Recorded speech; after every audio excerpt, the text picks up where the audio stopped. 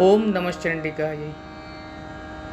भुवनेश्वरी देवी भागवत में वर्णित मणिद्वीप की अधिष्ठात्री देवी हल्लेखा अर्थात ह्रीम मंत्र की स्वरूपा शक्ति और सृष्टि क्रम में महालक्ष्मी स्वरूपा आदिशक्ति भगवती भुवनेश्वरी भगवान शिव के समस्त लीला विलास की सहचरी है। जगदम्बा भुवनेश्वरी का स्वरूप सौम्य और अंग कांति अरुण है। भक्तों को अभय और समस्त सिद्धियां प्रदान करना इनका स्वाभाविक गुण है।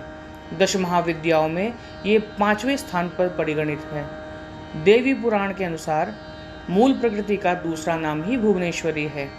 ईश्वर रात्रि में जब ईश्वर के जगत रूप व्यवहार का लोप हो जाता है, उस समय केवल ब्रह्म अपनी अव्यक्त प्रकृति के साथ शेष रहता है।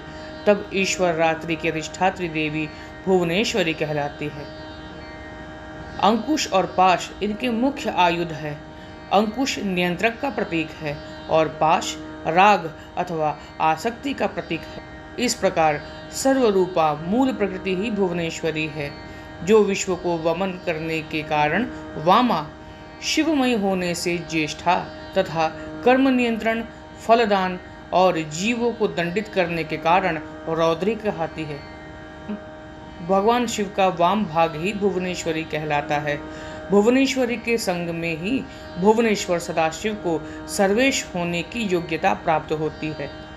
महानिर्वाण तंत्र के अनुसार संपूर्ण महाविद्याएं भगवती भुवनेश्वरी की सेवा में सदा संलग्न रहती हैं। 7 करोड़ महामंत्र इनकी सदा आराधना करते हैं। 10 महाविद्याओं में 10 सोपान हैं। काली तत्व से निर्गत होकर कमला तत्व तक की 10 स्थितियां हैं, जिनसे अव्यक्त भुवनेश्वरी व्यक्त होकर ब्रह्मांड का रूप धारण कर सकती है तथा प्रलय में कमला से अर्थात व्यक्त जगत से क्रमशः लय होकर काली रूप में मूल प्रकृति बन जाती हैं। इसलिए इन्हें काल की जन्मदात्री भी कहा जाता है। दुर्गा सप्तशती के 11वें अध्याय के मंगलाचरण में कहा गया है कि मैं भुवनेश्वरी देवी का ध्यान करता हूँ।